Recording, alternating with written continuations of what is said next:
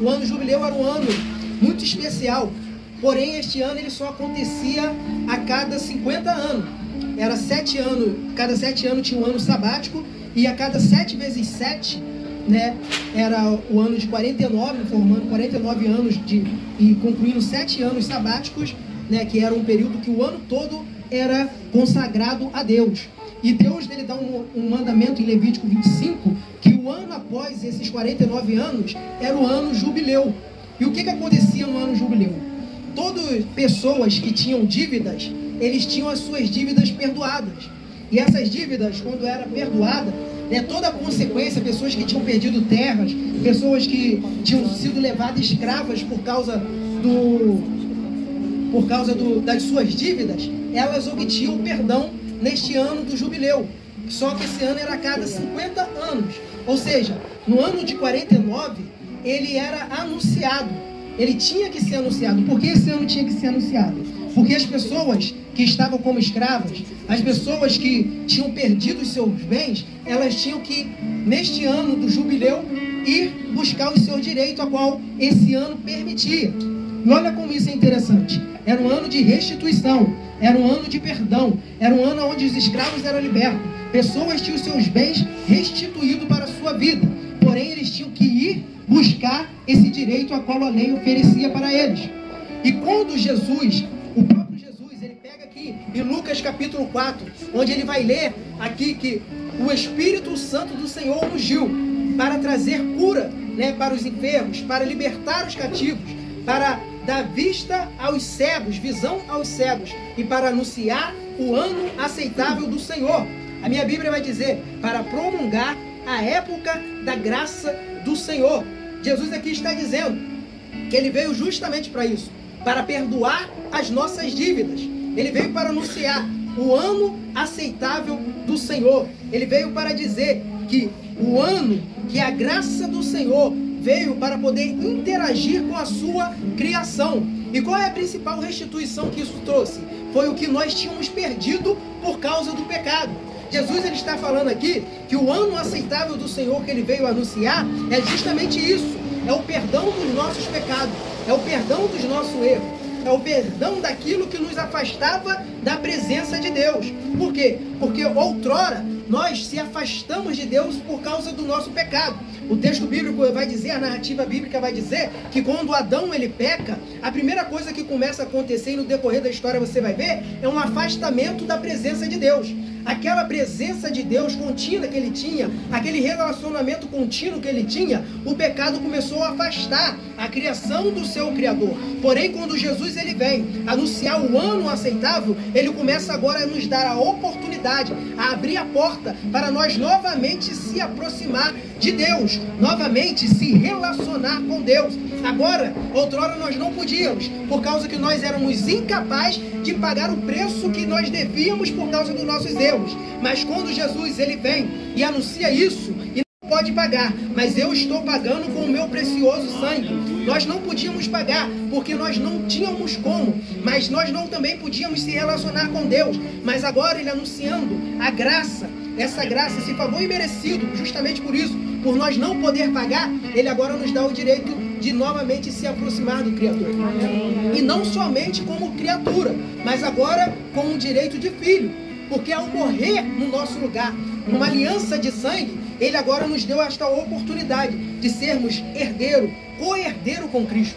Agora nós não somos mais criação. Uma vez que nós reconhecemos o ato de Jesus na cruz, nós somos considerados como filhos.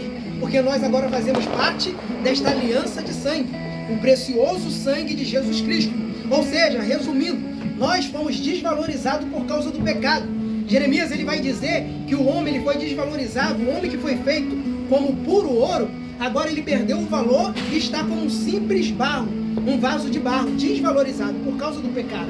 Porém, Isaías, ele vai profetizar que haverá um tempo onde o homem será mais precioso do que o puro ouro e mais raro que o ouro de Ofim. Observe, Jeremias fala que o homem foi feito com o mesmo valor do puro ouro, né? Muito valioso. Porém, Isaías, o homem perde valor, mas Isaías vai falar que haverá um tempo que o homem vai ser mais precioso do que o puro ouro. Ou seja, Isaías está profetizando que haverá um tempo que o ser humano ele vai ter um valor maior do que aquele que ele foi criado. Ele foi criado como puro ouro, o valor de um puro ouro, mas agora ele vai ser mais valorizado ainda. E isso vai confirmar quando Pedro, ele vai dizer em 1 Pedro 1,19, se eu não me engano, que não foi prata nem ouro, mas o precioso sangue de Jesus Cristo, que foi pago por mim e por ti. Jesus aqui ele está dizendo que ele está trazendo justamente isso. Nós outrora éramos escravos do pecado, dos nossos erros. Nós estávamos já condenados à morte, mas ele veio trazer um ano aceitável, ou seja, um ano de libertação. Agora você tem a oportunidade de validar isso na tua vida, o ano aceitável do Senhor. Nós estamos entrando no novo ano daqui a pouco, falta poucos minutos, e eu quero profetizar na tua vida que este vai ser um ano jubileu na tua vida, um ano aceitável de Deus na tua vida, onde você vai interagir com a graça de Deus com tal maneira que você verdadeiramente vai viver o sobrenatural de Deus. Aquilo que está te aprisionando, aquilo que porventura 2024 foi um impedimento, você te colocou, aprisionado, eu creio que hoje o Espírito Santo de Deus está te libertando e te levando a um novo caminho, uma nova trajetória. Nós servimos a um Deus de recomeço. E assim como está começando um novo ano, eu creio que está começando algo novo de Deus na vida de cada um aqui. Porém, nós temos que validar isso, o ano aceitável do Senhor. Nós temos que proclamar isso, que no 2025 nós vamos viver verdadeiramente o ano aceitável do Senhor, ou seja, um ano de verdadeiramente relacionar com Deus, se relacionar com o Espírito Santo, como já foi falado aqui, um ano de ser verdadeiramente instrumento na mão de Deus, ser vaso na mão de Deus, porque ainda que nós estamos como vaso de barro, mas uma vez que nós se colocamos na mão do oleiro, nós recebemos o tesouro do céu, que vai nos valorizar, como Paulo vai dizer, e por isso nós vamos ser precioso na mão de Deus, instrumento na mão de Deus, não para a nossa glória, mas para o nome dele ser glorificado na nossa vida.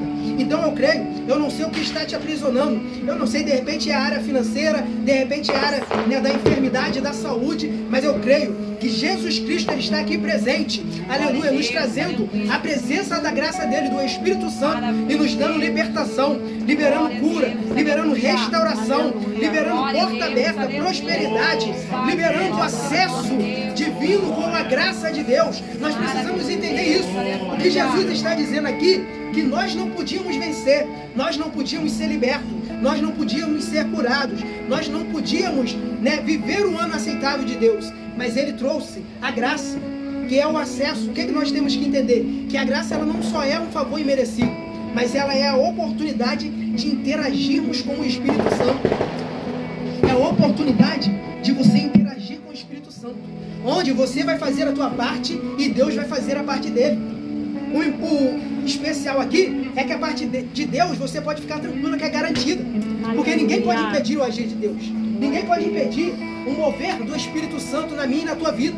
É interagir com a graça, a coisa acontece e nós vamos viver o ano aceitável do Senhor, o ano de Deus para a nossa vida. Eu quero um ato profético, profetizar na minha e na tua vida, que nós vamos viver 2025, o ano aceitável a Deus. É o ano a qual o nome de Deus vai ser glorificado e exaltado através da nossa vida, das nossas vidas. É o ano onde as pessoas vão ver o que Deus está fazendo na nossa vida e vão querer este Deus a qual nós servimos.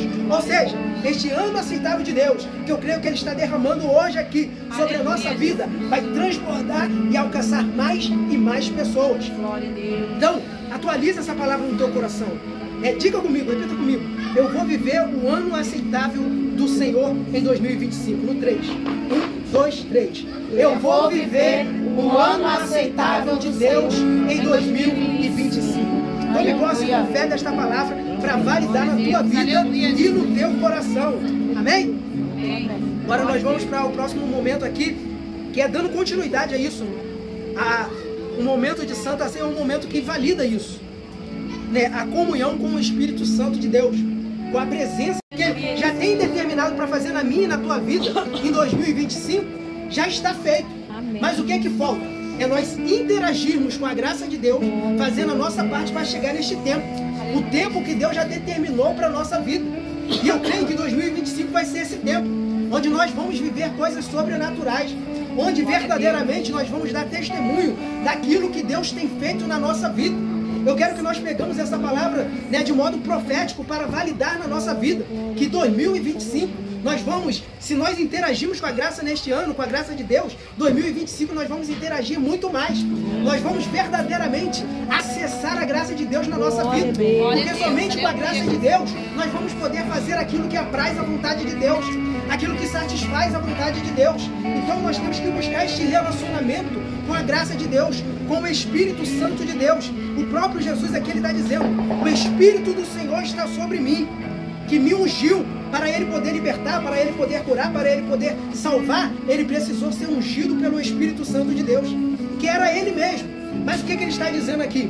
Que se ele precisou, para tudo que Jesus fez, foi através de um relacionamento com o Espírito Santo de Deus, nós temos que seguir esse mesmo caminho. Se você quer fazer algo de Deus mesmo na tua vida, tu tem que ter essa interação com o Espírito Santo de Deus.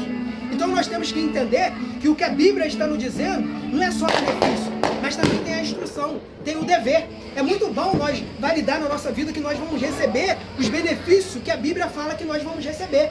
Mas nós temos que entender que, cara, todo o benefício que a Bíblia traz tem um dever. E nós temos que cumprir este dever, que é a parte natural, que é a parte que cabe a nós fazer. E se cabe a nós fazer, Deus não vai fazer.